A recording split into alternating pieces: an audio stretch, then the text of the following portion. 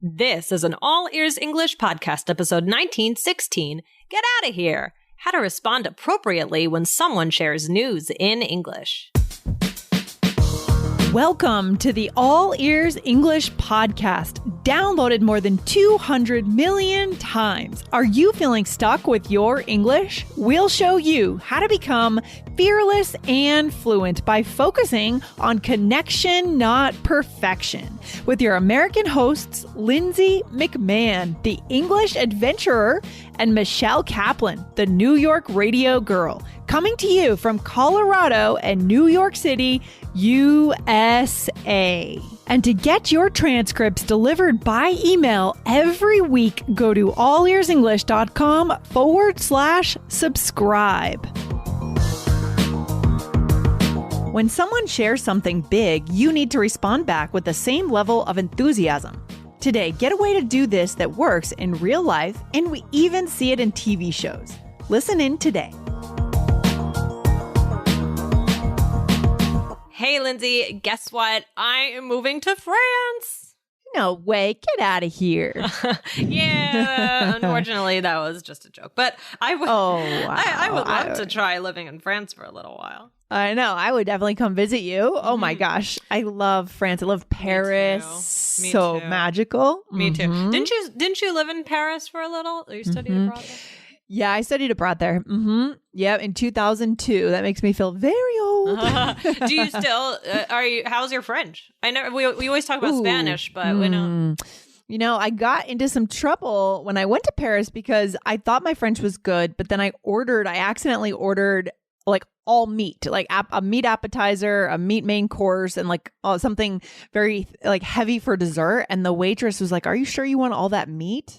And I didn't quite understand what I had ordered. Oh, that's funny. So I got into a lot of trouble. That's funny. But Lindsay, when I just said, I mean, it wasn't true, but I said, I'm moving to France. What did you say? I said, get out of here. And I didn't say get out of here, right? I said, get out of here. No get way. Out of here. Yeah. So, Lindsay, we're going to talk about this today. What does that mean to say, get out of here? Yeah, I love it. And it sounds like you could do it with like a Brooklyn accent too. Get out of here. Yeah, get out of here. Yeah, I feel like it's a little bit New York sounding, this expression. New Yorky, yeah. Yeah. I don't know. Do you think you hear this in different parts of the country as much? I don't know. Yeah, I do. It feels like an East Coast thing for some reason. I don't know. I think it's just something about like the accents in New York, Boston, kind of classic, you know? Right. But no, of course, you know, the idea of saying get out of here, it's casual, it's conversational. It's a way of saying, I don't believe you. So you can say it anywhere in the States. Right. Exactly. So, I mean, but do you use this? Yeah, I guess. I mean, obviously I know it, and I think it's all over the movies and that kind of thing, and I would use it. It may not be the first thing that my mind goes to as an option, right? To access. Yeah. I might say something like, no way. You know, that might be more my vibe. Right. Okay, cool. Well, so, I mean, I think though it's very dynamic and it can actually mean different things though. So like, so in one way it just means leave, right? It's more literal. It's just like, you know, if you say it in this form, it could be rude, but not always. So let's do this one. All right. So please, Lindsay, forgive me. Get out of here. I don't want to talk to you anymore. Ooh. Totally different from our opening conversation, right, Michelle? Exactly. This is not friendly. You're telling me to leave. Yeah. No, so not what I said at the beginning. And here's another role play, right? Do you need help cleaning up? No, get out of here. You've helped me so much already. I'm just finishing up. So that the vibe here is very different between the usage of get out of here. Right. Between these two, right? You're kind of being you're kind of like trying to take care of me in the second one by saying get out of here. No, you don't need to help. Like you're fine. I'm going to do this. Right. So, but it is more like literal in the sense of like, oh, just it's literal. You can go home. So like, but yeah, so you can tell someone leave in a way because it's like a nice way, like, oh, I don't need any more help. You're good. Go home. Or get out of here. I don't want to talk to you.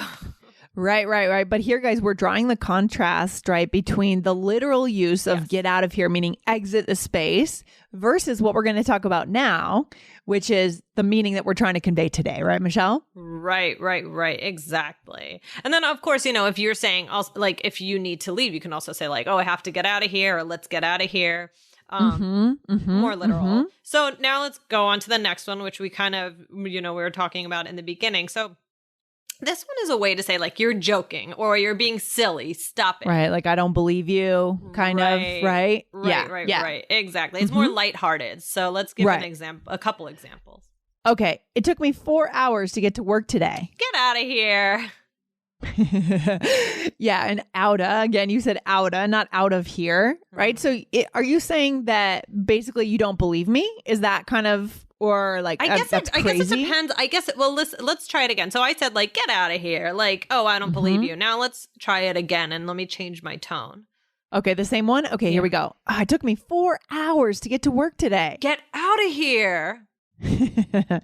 So you can have different tones. And now that second tone, you're really empathizing with me. Right. And we're going to get into this more. Like, so that depends on the tone, but like it can just mean like, get out of here. Like, I don't believe you. Like, maybe you were you were joking around or something like that. But let's give another example of this kind. Okay, here we go. Lindsay, I'm never eating a French fry again. Get out of here, Michelle. And I don't believe that about you because our listeners know that you love French fries. Yep, so that's true. Yeah. So here, these two examples are just, again, showing I don't believe you, right? It's just not true. Or, I can't believe it, right? It's unimaginable to me. Right? Exactly. Okay. Let's go into a third example, Michelle. Well, this is kind of also piggybacking off of the second example with the, get out of here with traffic. So this is now we're talking about more like not like I don't believe you, but just like you're shocked and excited, right? So, okay. Do you remember on Seinfeld, like Elaine always would say, get out, and she'd push someone. Yeah. And actually, I'm glad you mentioned that, get out, because that's a way that a lot of native speakers will shorten this, and it means the same thing. Right. Like, get out. All right. Get out. Right. And I think for our listeners, that might be really confusing if you're at a party and you're telling someone a story and all of a sudden they say, get out. And then you turn around and walk out the door like, no, come back. Right, exactly. But as we said, it could also be used to, like how we talked about in the first example. It could be literal. Yes. So you just have to pay attention. Right. Or just watch enough Seinfeld so that you know what's going on. Exactly. So, but this one is more like I'm shocked. So let's try this one. Yeah. All right, Michelle, I'm moving into your neighborhood. Get out of here. We have to hang out. Right. Okay, nice. And so you're excited, you're surprised, you can't believe it, right? And it's a positive response you're having here, right? Right. Like in the first one, like when I said, like when we started the episode, I said I'm moving to France, and you said get out of here. Right. And it's something you're just not expecting to hear, and so you need an appropriate response when someone drops that kind of news. I'm moving to your neighborhood. I'm moving to France. This big life change. Get out of here. You need an appropriate response to really connect in English, guys. Exactly. Right? Like your response has to match how excited they are. Okay. Right. That's true. Exactly. Or let's do another one. Here we go. I can't wait until my trip to Florida. Wait, when are you going? In 2 weeks. Wait, I'll be there too. Get out of here. What are you going for? Vacation, Miami. Oh, same. We have to meet up. Nice. So again, appropriate response, because this is a big deal. You're finding out that you're going to be in a vacation spot at the same time as your friend. That's kind of awesome. Right? Exactly. That's exciting. And also I want to just like, this was interesting to me, like how you just said vacation, Miami, right? Like sometimes we do this where we just shorten, something like you didn't have to say like, oh, vacation, I'm going to Miami, like you just said all vacation, Miami. Yeah. And I've mentioned this before in All Ears English. I find myself doing this more and more, both in speaking and writing, even just starting sentences without a subject, just a word. I'm hearing that. I'm seeing that from other people too, like even professionally sometimes between colleagues, between partners or whatever, professionally. It's interesting how we're doing this more and more, I think. Right. Yeah. I think so too. And you know what? You anticipated like, You could have said like, oh, I'm going for vacation. And then you could have waited for me to say like, oh, where in Florida will you be? But you just cut that part out because it's like, sometimes you can anticipate the question and then just cut it out. Like, yeah, just shorten things, keep things. Anticipate the question. I love that idea, Michelle. Yeah. And then you can get to because now we have to get to the plan to meeting up. We have to figure out when are we going to meet up and how. So that way all the information is out there so we can speed things up. Right? Absolutely. So, yeah. So I said, wait, I'll be there then too. I said, get out of here. Love it. Yeah. Yes. I love it. So good. But I love that you brought up get out because Elaine is hilarious. First of all, she's so funny. I love her. And you watched Veep too, right? Veep? No, I never watched that show. Nope. Okay, is she in that? Yes. If you like Julia Louis-Dreyfus, really hysterical. I mean, it's cool. It's a dirty show. Okay. The language is, but it's so funny. She's like I think she's one of my favorite actresses. I just adore her. She's so funny.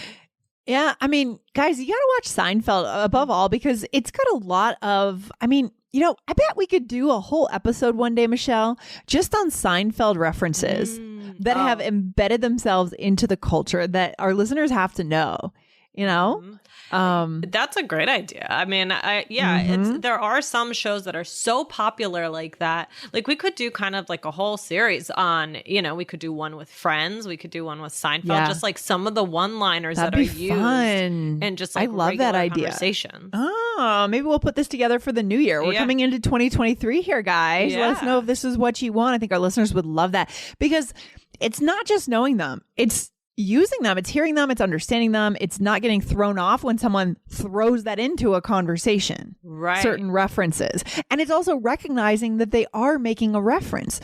Like someone might say, get out. And they're actually making a reference to Elaine in Seinfeld, but you have to get that. Right? That's a really nuanced one. It might not always be, but there's other ones that are more specific to different shows. So I think we could go into that, Michelle. Absolutely. Really cool. That would be fun. I love that. So make sure you guys hit follow to get that, right, Michelle? Yeah. Absolutely. We talked about 3 ways this is used. One is more literal. One is more like, oh, you're joking. And one is more, those ones are kind of similar, but like it's between the you're joking and then just the surprise and shock. But I think like they're very similar. And the big contrast is with, physically leave the space. That's the one. That's the one that doesn't belong, right? So guys, I think today's episode comes down to, have an appropriate response when someone shares something really cool, exciting, life-changing, like moving somewhere. You need to respond with the same level of enthusiasm. And this is a great way to do it. Absolutely. Oh, this is fun, Lindsay. I want to go watch some Seinfeld. All right. Me too. I love it. It's a timeless show. It never goes out of style. It's true. All right. I'll talk to you soon, Michelle. Have a good one. Thanks, you too. Bye. Get out. Bye.